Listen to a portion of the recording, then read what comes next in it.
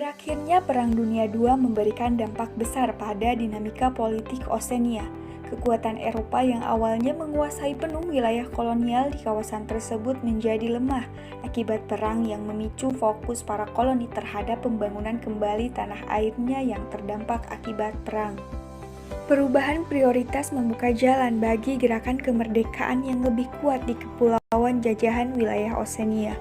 Perubahan yang signifikan terjadi pada pemerintahan kolonial, di mana adanya pemberian kemerdekaan secara bertahap kepada beberapa negara di kawasan Oseania. Selain itu, kemunculan PBB juga mempercepat proses dekolonisasi di Oseania. Pada tahun 1960, PBB menetapkan deklarasi mengenai dekolonisasi yang menuntut penghapusan penjajahan di atas dunia. Tekanan internasional ini mempengaruhi pemerintah kolonial untuk mempercepat proses pemberian otonom terhadap wilayah jajahannya. Pada tanggal 1 Januari 1962, Samoa Barat mencapai kemerdekaannya dari Selandia Baru. Kemudian pada tanggal 4 Juni 1970, Tonga juga memperoleh kemerdekaannya dari Inggris. 16 September 1975, Papua Nugini dari Australia. 1 Oktober 1978, Tuvalu dari Inggris.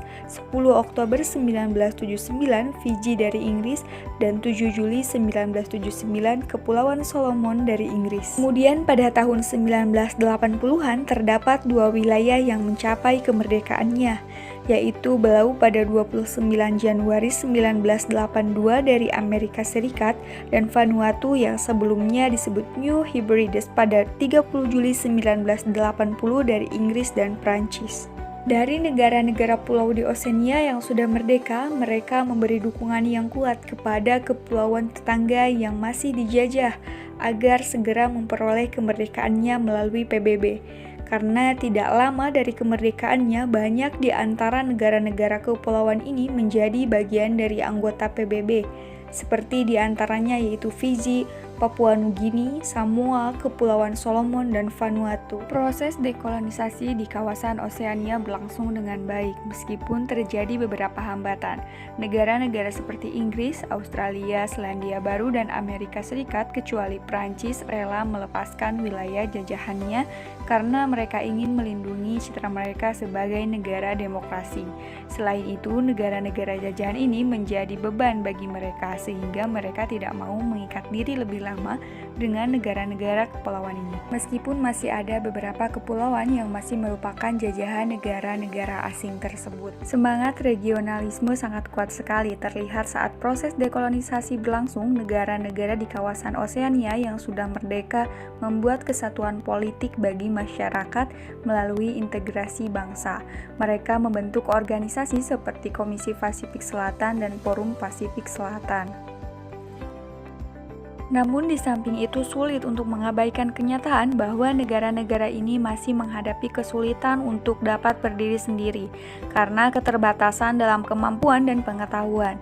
Meskipun kita ketahui bahwa mereka memiliki potensi kekayaan alam yang melimpah, tapi mereka belum memiliki kemampuan dan fasilitas yang maksimal untuk bisa memanfaatkannya. Peran negara asing dalam proses dekolonisasi negara-negara Oseania. Amerika tidak terlalu memperhatikan perkembangan negara-negara di Oseania karena dianggap kurang penting bagi kepentingan mereka. Mereka mengandalkan Australia dan Selandia Baru untuk memperhatikan negara-negara kecil di kawasan tersebut. Sejak akhir tahun 1970-an, barulah Amerika Serikat mulai mengalihkan perhatiannya ke kawasan Oseania karena melihat potensi global yang signifikan dalam bidang ekonomi, politik, dan strategi. Sebagai hasilnya, Amerika lebih memprioritaskan kawasan Oseania daripada Eropa. Perhatian Amerika terhadap negara-negara kepulauan di Oseania lebih terfokus pada kontrak penangkapan ikan, terutama ikan tuna. Kepentingan ekonomi global Amerika di Oseania terkait erat dengan dimensi ekonomi nasionalnya. Hubungan bilateral antara Amerika dan Australia diformulasikan dalam berbagai bentuk untuk mendukung perekonomian keduanya. Kedua pemerintahan setuju untuk melindungi perdagangan di antara mereka untuk mempermudah efektivitas pasar. Amerika banyak mengimpor hasil pertanian, peternakan, dan pertambangan dari Australia dengan impor yang paling penting yaitu uranium, batu bara, dan nikel untuk tenaga nuklirnya. Sedangkan hubungan Amerika dengan Selandia Baru telah terjadi erat sejak Perang Dunia II, dengan fokus utama pada impor hasil pertanian dan peternakan seperti susu, daging, wol, buah-buahan, dan gandum untuk mencukupi kebutuhan dalam negeri Amerika. Sejak tahun 1975, Amerika dianggap sebagai mitra kerja baik bagi kedua negara dalam bidang ekonomi, politik, dan strategi. Dukungan Amerika terhadap proses dekolonisasi di Oseania bertujuan tidak hanya untuk mengurangi beban politik bagi negara-negara induk, tetapi juga memberikan peluang kepada negara-negara di kawasan tersebut untuk mengembangkan kemampuan mereka sendiri. Inggris. Pada abad ke-19, Inggris dikenal sebagai penguasa Pasifik karena menguasai banyak wilayah di sana. Namun, seiring berjalannya waktu, Inggris melepaskan wilayah-wilayah jajahannya secara bertahap. Kemerdekaan Vanuatu pada bulan Juli 1980 menandai berakhirnya penjajahan Inggris di kawasan Oseania.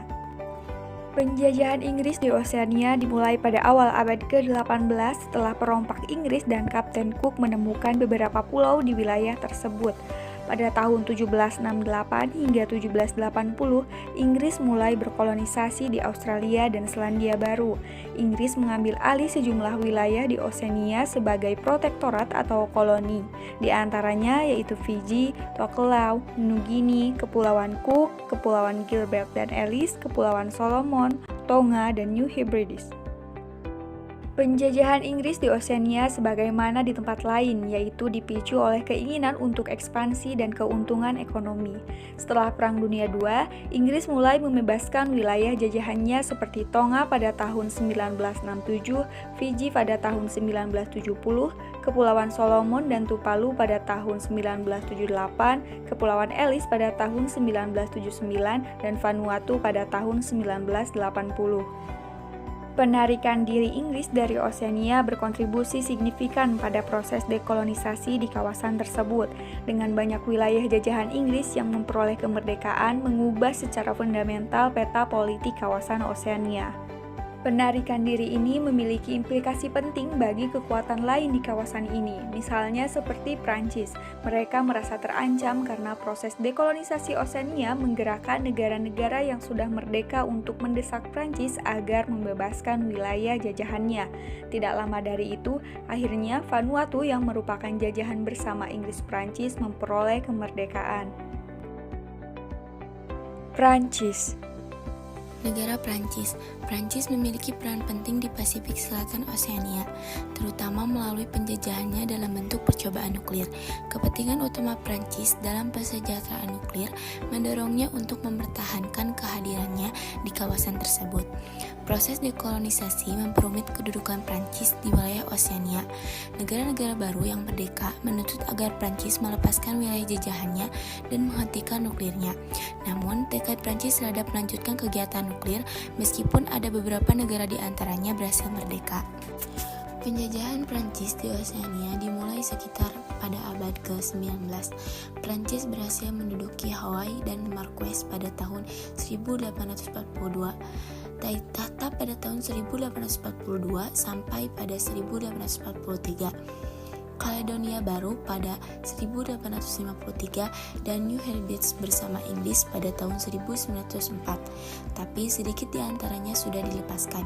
Saat ini Prancis masih menguasai wilayah Kaledonia Baru dan Polinesia Prancis, termasuk juga Wallis dan Futuna. Sejak tahun 1960-an, dalam proses dekolonisasi, beberapa wilayah jajahan Inggris di Oseania memperoleh kemerdekaan. Proses ini memicu wilayah jajahan Prancis untuk memperjuangkan kemerdekaan, hingga akhirnya Prancis terpaksa mengikuti langkah Inggris dalam melepaskan wilayah jajahannya di New Hebrides pada tahun 1980. Bentuk kegiatan nuklir Prancis ini menjadi alasan bagi negara-negara pulau lainnya untuk menekan Prancis supaya segera mengakhiri penjajahannya di wilayah Oseania. Kemerdekaan negara-negara Oseania. Marshall. Pada abad ke-16, sejumlah pulau-pulau yang berada di Kepulauan Marshall saat itu dijajah oleh negara Spanyol. Hingga pada abad ke-19, Kepulauan Marshall pun akhirnya menjadi bagian dari Kekaisaran Jerman. Namun, pada abad ke-20 terjadi perubahan terhadap Kepulauan Marshall, yaitu saat Kepulauan Marshall ini menjadi bagian dari wilayah perwalian negara Amerika Serikat setelah usai Perang Dunia Kedua. Akhirnya, pada tahun 1947, Kepulauan Marshall ini resmi menjadi bagian dari wilayah perwalian di Pasifik. Kepulauan Marshall pada tahun 1979 menuntut agar mereka mendapatkan kemerdekaan penuh. Akhirnya, saat itu Kepulauan Marshall melakukan perundingan dengan pihak Amerika Serikat. Hasil dari perundingan tersebut menyebutkan bahwa Kepulauan Marshall berhak mendapatkan secara resmi kemerdekaannya. Pada tanggal 21 Oktober tahun 1986 dilaksanakannya Perjanjian Perwalian Merdeka. Pada perjanjian ini, Amerika Serikat sangat menyetujui untuk memberikan bantuan ekonomi dengan jumlah yang besar kepada Kepulauan Marshall. Papua Nugini. Secara letak geografis, wilayah Papua Nugini ini merupakan bagian dari wilayah Asia. Namun, Papua Nugini sendiri menyatakan bahwa mereka merupakan bagian dari bangsa Pasifik. Alasan Papua Nugini harus diakui sebagai bagian dari negara Oseania adalah: pertama, Papua Nugini dapat merasakan adanya hubungan yang saling terikat dengan bangsa-bangsa Oseania, terutama dalam hal etnis dan kebudayaannya. Pada tahun 1946, negara Australia sudah resmi menjadi penguasa penuh untuk wilayah Papua dan New Guinea. Pada tanggal 16 September 1975, Papua Nugini akhirnya sudah dinyatakan kemerdekaannya secara resmi dari Australia. Setelah Perang Dunia II, Tonga memulai perjalanannya menuju kemerdekaan. Perdana Menteri pertama Tonga, Raja Taufahau Tupou IV, dipilih pada tahun 1958. Dia kemudian mengawasi status negosiasi Tonga dengan Inggris. Tonga akhirnya meraih kemerdekaan resmi dan bergabung dengan Persemakmuran Bangsa-Bangsa pada tanggal 4 Juni 1970. Kemerdekaan Tonga diperoleh secara damai melalui diplomasi dan bukan melalui perlawanan dengan kekerasan. Ketika Perang Dunia II, Amerika Serikat berhasil mengambil Palau dari kekuasaan Jepang. Setelah itu, Amerika Serikat mengelola Palau melalui ibu kota Filipina, Manila, yang mendapatkan kembali kendali atas Filipina pada tahun 1945 sampai 1946.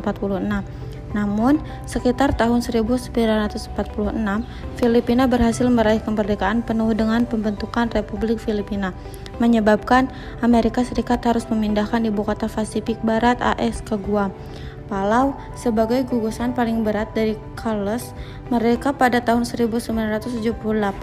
Keputusan ini dilandasi oleh dukungan yang kuat dari Filipina, Taiwan, dan Jepang. Palau kemudian menyetujui konstitusi baru dan secara resmi menjadi Republik Palau pada 1 Januari 1981. Pada awal abad ke-20, Kepulauan Samoa terbagi menjadi dua bagian. Pulau-pulau bagian timur menjadi wilayah Amerika Serikat dan Samoa Amerika. Samoa Barat dikelola oleh Selandia Baru di bawah naungan Liga Bangsa-Bangsa dan kemudian menjadi perwalian PBB hingga meraih kemerdekaannya pada tahun 1962. Negara Fiji. Pada tanggal 10 Oktober tahun 1874, negara Fiji menjadi sebuah wilayah kekuasaan Inggris dari tahun 1879 sampai dengan tahun 1916. Hingga pada tanggal 10 Oktober tahun 1970, negara Fiji mendapatkan kemerdekaan penuh dari negara Inggris yang selanjutnya menjadi anggota Persemakmuran. Abel Tasman, seorang penjajah dari Belanda, adalah orang Eropa pertama yang menemukan wilayah Fiji. Dia melihat pulau utara Vanuatu dan Kepulauan Tapenu Utara pada tahun 1643.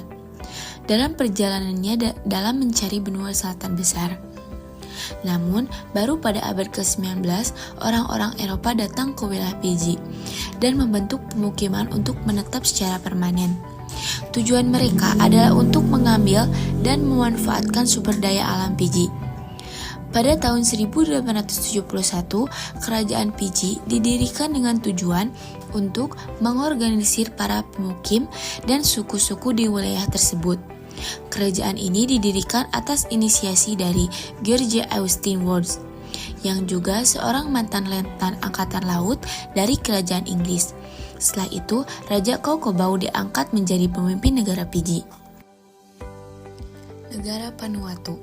Kemerdekaan Vanuatu yaitu atas dasar praktik pada kolonialisme negara Inggris dan negara Prancis.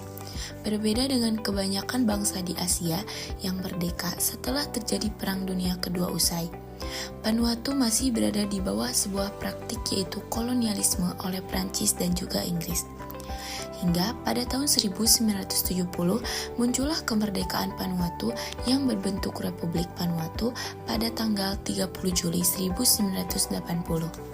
Vanuatu merupakan sebuah negara kepulauan yang berada di Samudra Pasifik bagian selatan dan berada pada wilayah Melanesia, yaitu sebuah kawasan gugus kepulauan yang memanjang dari Kepulauan Nusa Tenggara Timur sampai Pasifik bagian barat, serta utara dan timur Laut Australia. Vanuatu terletak sekitar 1.750 km di sebelah timur Australia dan timur Laut Kaledonia Baru. Di sebelah barat Fiji dan selatan dari Kepulauan Solomon, Vanuatu adalah negara kepulauan yang terdiri dari sekitar 83 pulau-pulau kecil. Jika dilihat menggunakan citra satelit, gugusan pulau-pulau di Vanuatu ini seperti membentuk huruf Y.